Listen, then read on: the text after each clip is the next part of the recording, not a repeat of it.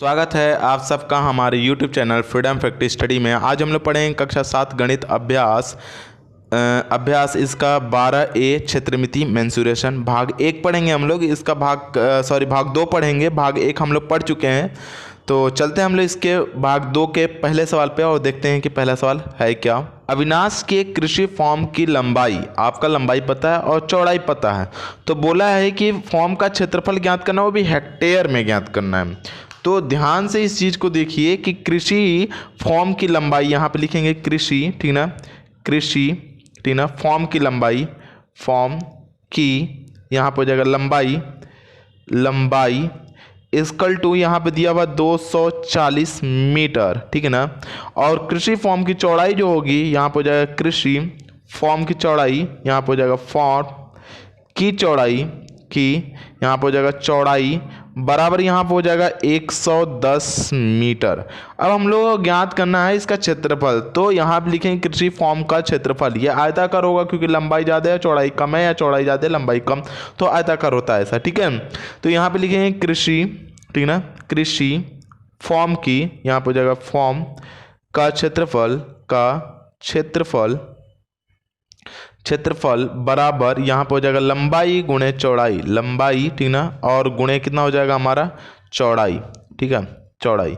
लंबाई हमारा दिया हुआ 240 और गुणे चौड़ाई जो दिया हुआ है वो दिया हुआ 110, ठीक है ना।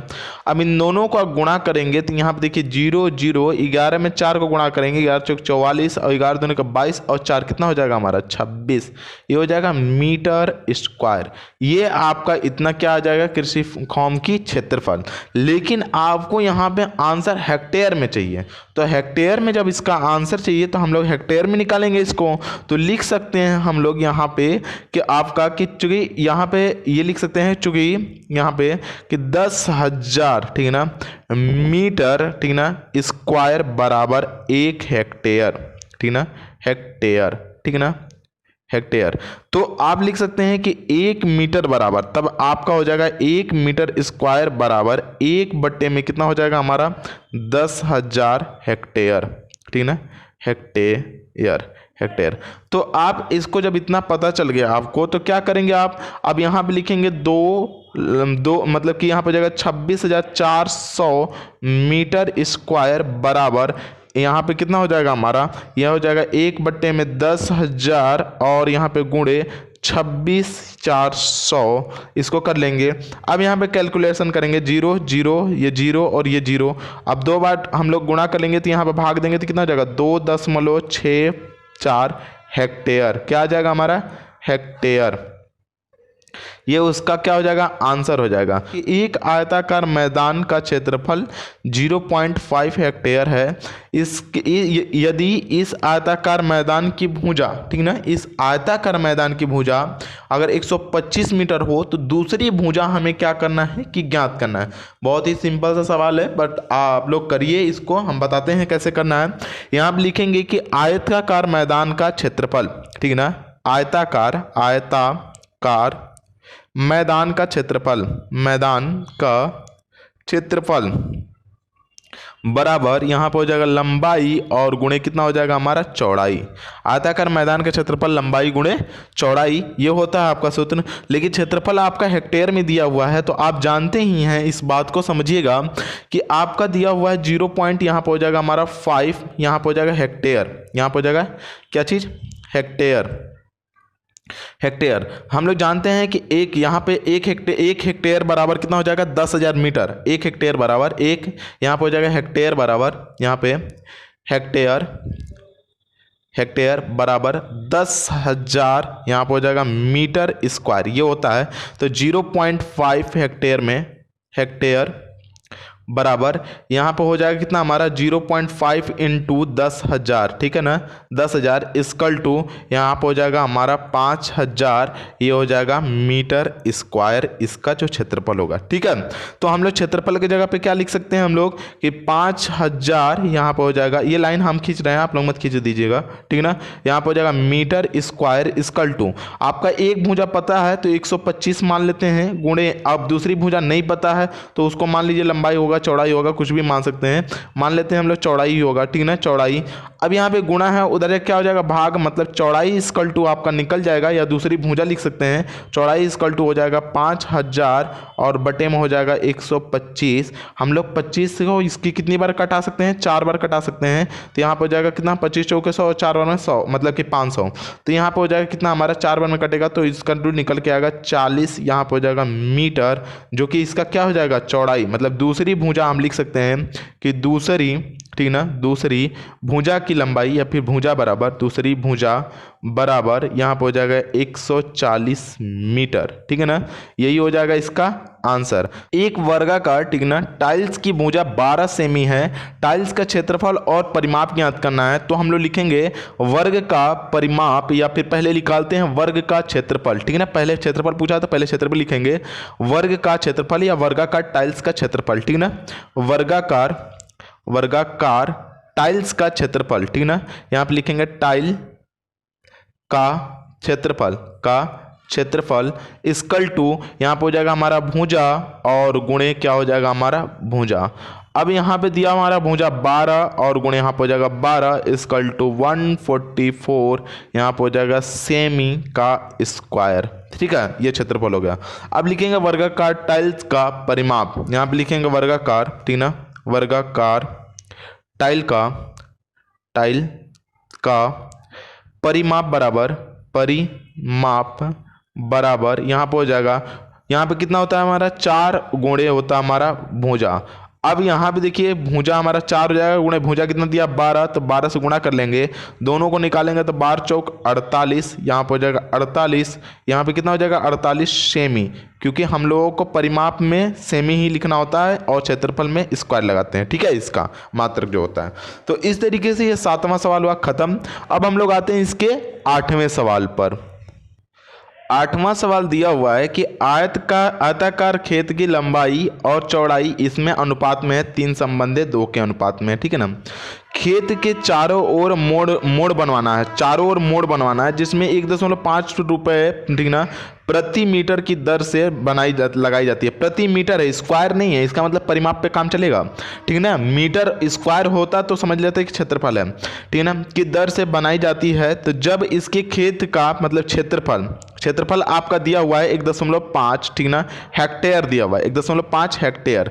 तो इसको हम लोग पहले सवाल करेंगे, मान लेंगे कि माना, ठीक ना, माना खेत का, क्योंकि अनुपात में दिया तो पहले मान लेंगे माना खेत की, ठीक ना, आयताकार खेत का, या मान लेंगे खेत का चौड़ाई लंबाई यहाँ पे 3x, ठीक ना, 3x लंबाई बराबर 3x तथा चौड़ाई यहाँ पे हो जाएगा 2x, ठीक है ना, x मान लेते हैं, इसको मिटा इसे रहने देते हैं, 2x है, ठीक है। इस तरीके से हो गया। अब आपको लिखना है कि 1.5 हेक्टेयर बराबर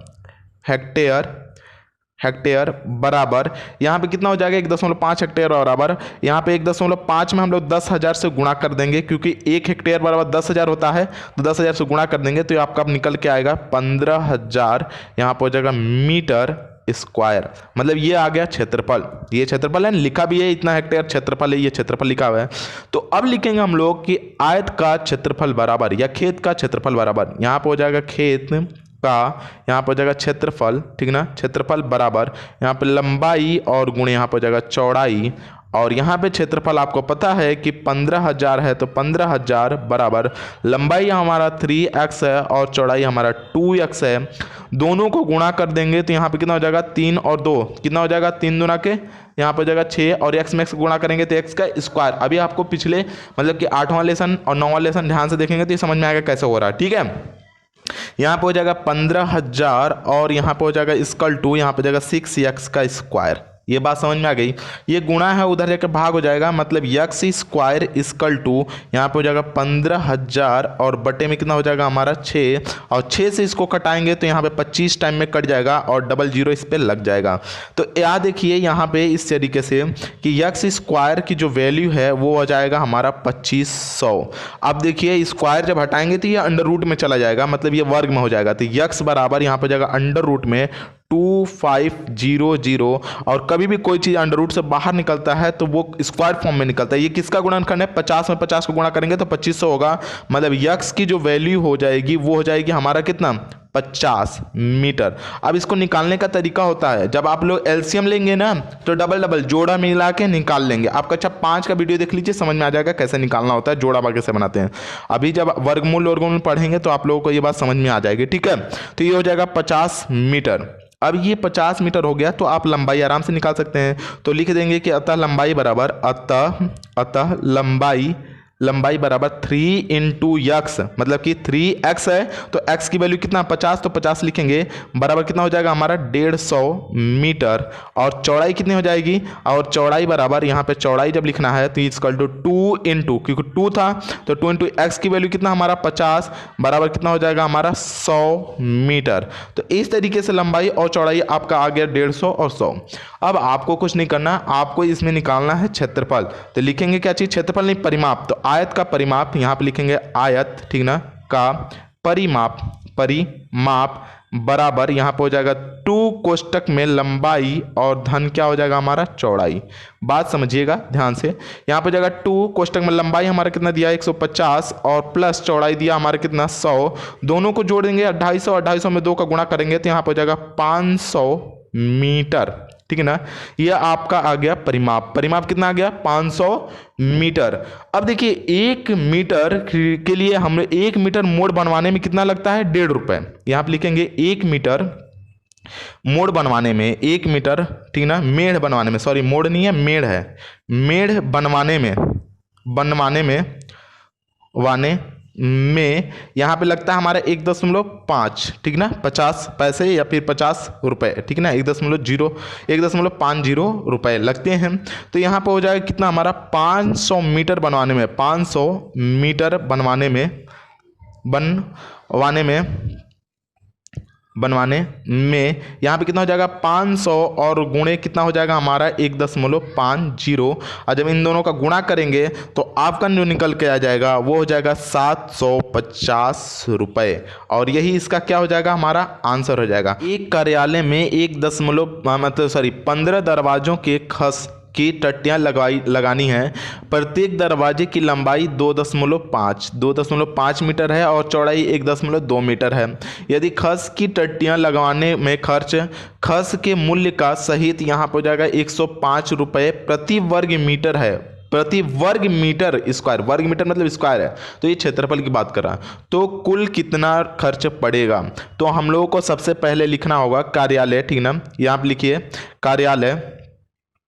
कार्यालय के 1 मीटर, ठीक ना, कार्यालय के एक दरवाजे की लंबाई एक दरवाजे की लंबाई कितनी हो जाएगी हमारी, यहाँ पर हो जाएगा 2.5 मीटर। एक दरवाजे की लंबाई कितनी हो जाएगी 2.5 मीटर तथा चौड़ाई बराबर, तथा यहाँ पर हो जाएगा चौड़ाई इक्वल टू, यहाँ पे कितना हो जाएगा चौड़ाई इक्वल टू, चौड़ाई दिया हुआ 1.2 मीटर, ठीक है ना। तो हम लोग लिख सकते हैं कि आयताकार दरवाजे का, या फिर लिख सकते हैं कार्यालय के एक दरवाजे का क्षेत्रफल, ठीक है ना, कार्यालय के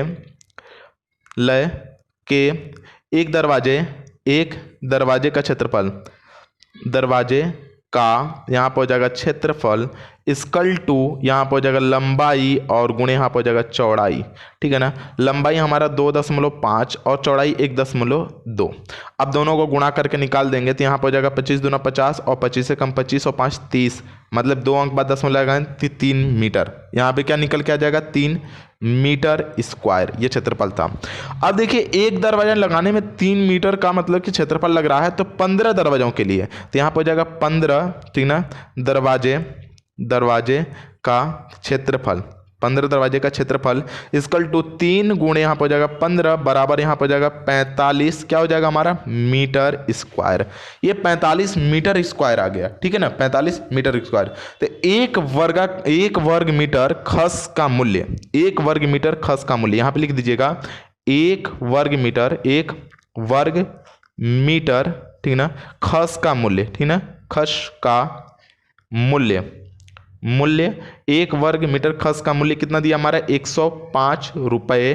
तो यहाँ पे लिख देंगे हम लोग कि 45 मीटर स्क्वायर खस का मूल्य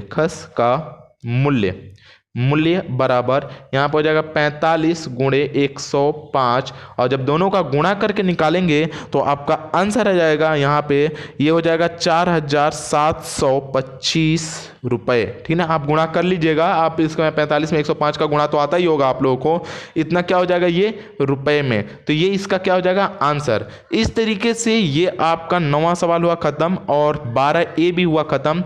यदि आप लोगों को हमारी ये वीडियो अच्छी लगती हो तो प्लीज़ लाइक करें, शेयर करें और सब्सक्राइब करना बिल्कुल ना भूलें।